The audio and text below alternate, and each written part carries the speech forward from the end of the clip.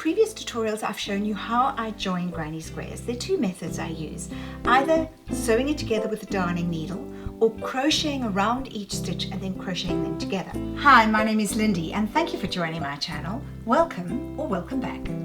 In this pattern I decided to use the darning stitch because two reasons.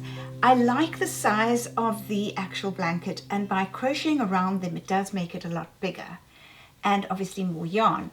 The other reason I decided to darn it is because all three colors are an equal weight, so I couldn't really decide which color to use to crochet around it.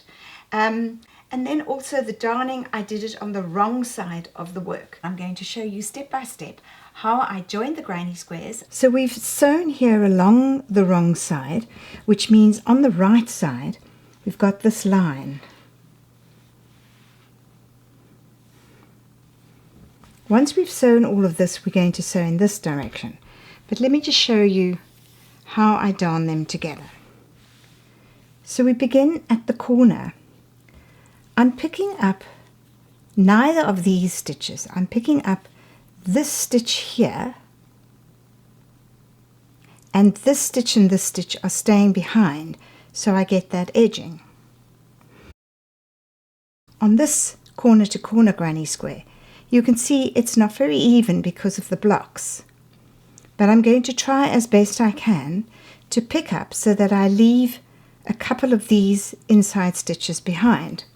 So we've got the wrong side and the wrong sides facing us. We start in the corner here, we pick up the inside stitch. I now pick up in this corner here, and I make sure I get these corners to meet nicely with a little bit of a space, because don't forget you're going to be going that way later, so they can't be too close. I then tighten it up and I go back into both of those same corners again.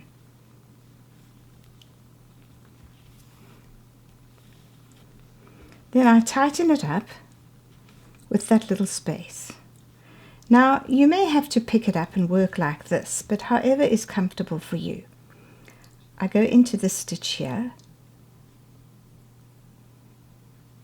I then go into a stitch here. Into this stitch here and here. And I'm not pulling it too tightly yet. I can do that just now.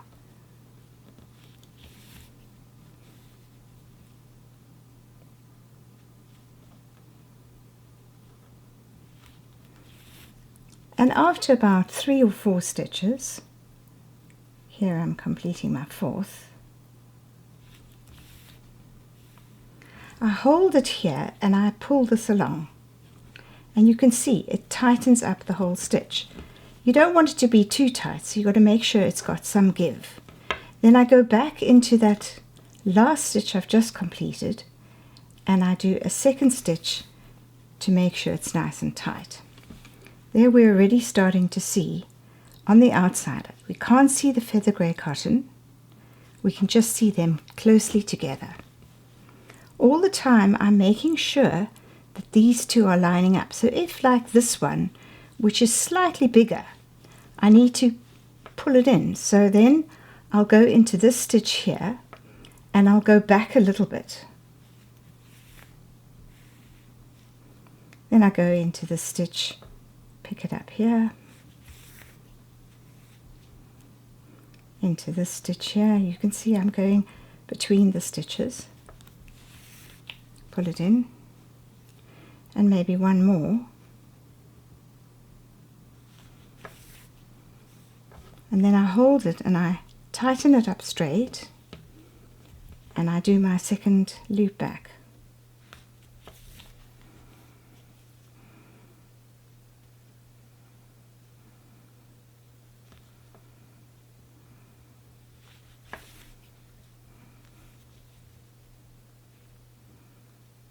The smaller your stitches and the closer they are to each other, the less likely you're going to see them and the neater your work will be.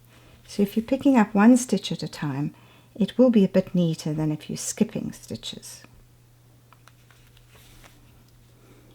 The most important is we don't want this baby quilt to come undone, to unravel. Hold it here and tightly pull through and then double back. More than 4 stitches and you won't get that tightening of all the stitches, and that's why I tend to do that. So let's carry on to the end of this row.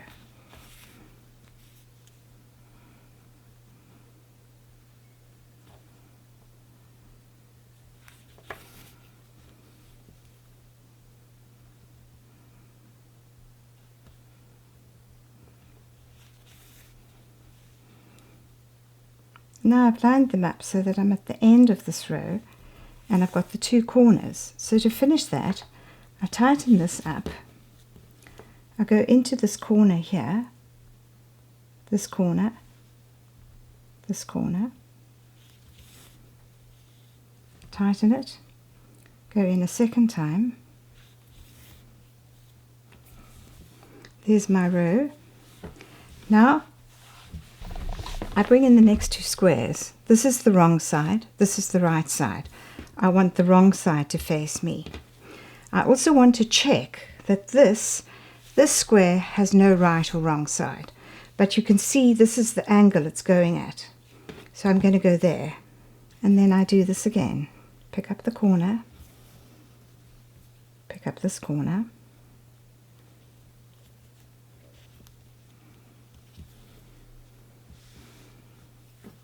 pick up both corners again. A big darning needle is so easy to use.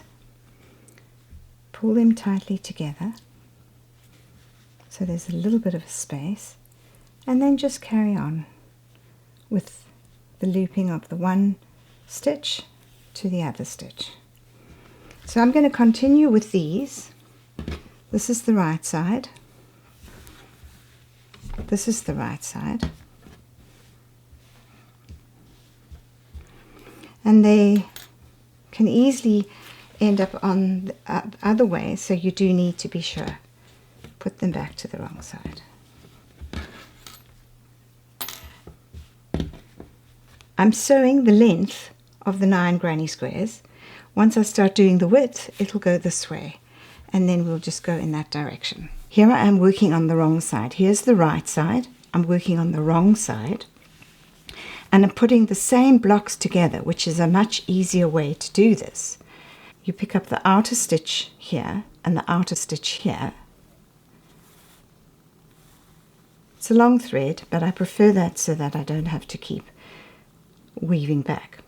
Outside, outside. Outside, outside,